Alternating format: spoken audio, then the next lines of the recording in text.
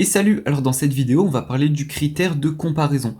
Alors, en pratique, ce critère, on l'utilise beaucoup moins que le critère de négligeabilité ou d'équivalence qu'on avait vu dans les vidéos précédentes, mais il est quand même important, c'est-à-dire qu'on peut en avoir besoin des fois, donc il faut qu'on le voie aussi. Alors, avant de prendre un exemple, j'aimerais bien qu'on comprenne un petit peu ce que c'est que ce critère de comparaison, au moins intuitivement. Alors pour rappel, ce critère de comparaison, on va l'utiliser quand on a la série d'une suite qui est positive, hein.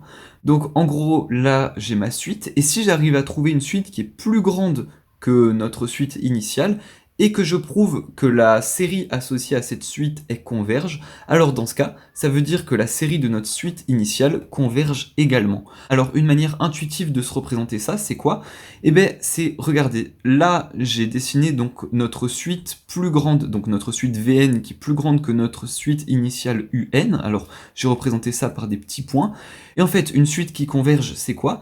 Eh bien c'est simplement quand je prends cette distance-là, plus cette distance-là, plus cette distance-là, plus cette distance-là, etc., etc., et je fais pareil pour toutes les distances, et ben je trouve un résultat qui est fini. Et en effet, si là on trouve 0 et à partir de là on trouve que des zéros, et ben j'aurai que la somme de toutes les distances est finie.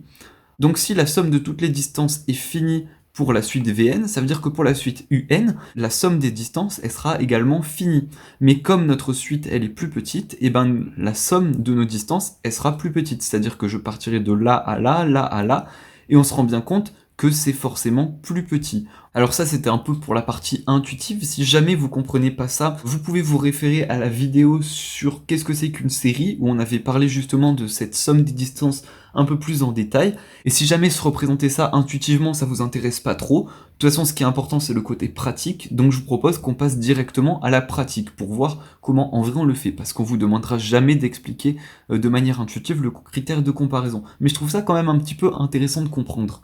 Alors du coup, bon, c'est parti pour la partie pratique. Alors ce qu'on a là, c'est une série. Nous, on va devoir voir si cette série, elle converge ou pas. Alors je vous propose d'extraire la suite associée à cette série. Donc la suite, je vais la noter UN, et on va dire qu'elle est égale à cosinus n fois e puissance moins n. Alors juste petit point de détail, on remarque que cette suite-là, elle est positive. Pourquoi? Parce que une valeur absolue, c'est forcément positif, multiplié par une exponentielle. L'exponentielle, c'est également tout le temps positif, donc positif fois positif, ça nous donne du positif. Alors du coup, donc là, j'ai extrait la suite associée à ma série, et là, l'idée, ça va être d'essayer de trouver une autre suite qui est plus grande que cette suite-là. Alors ce qu'on sait pour le cosinus, donc c'est que le cosinus, il est compris entre moins 1 et 1, mais si je mets ça en valeur absolue, ce sera toujours plus petit ou égal à 1. Donc en gros, il va être compris entre 0 et 1 à chaque fois, mais donc étant donné qu'on est dans le cadre des suites positives, il sera tout le temps plus petit ou égal à 1.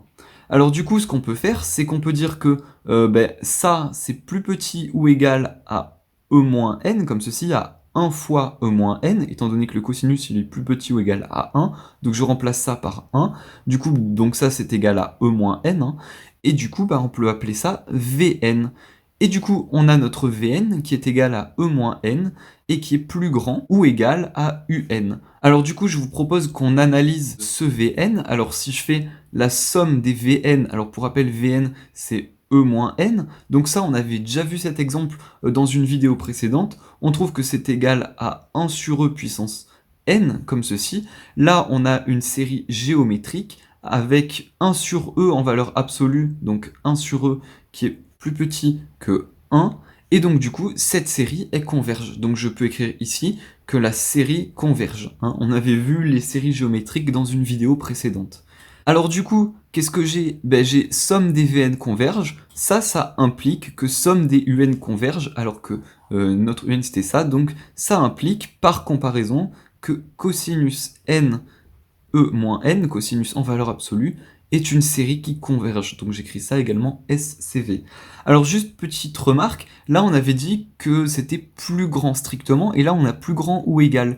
Alors qu'est-ce qui se passe si c'est égal? On a simplement que cosinus est égal à 1, cosinus n est égal à 1, donc on aurait e moins n, et e moins n c'est également convergent, donc dans ce cas-là ça ne nous poserait pas de problème. Donc voilà, j'espère que vous avez bien compris comment appliquer ce critère de comparaison.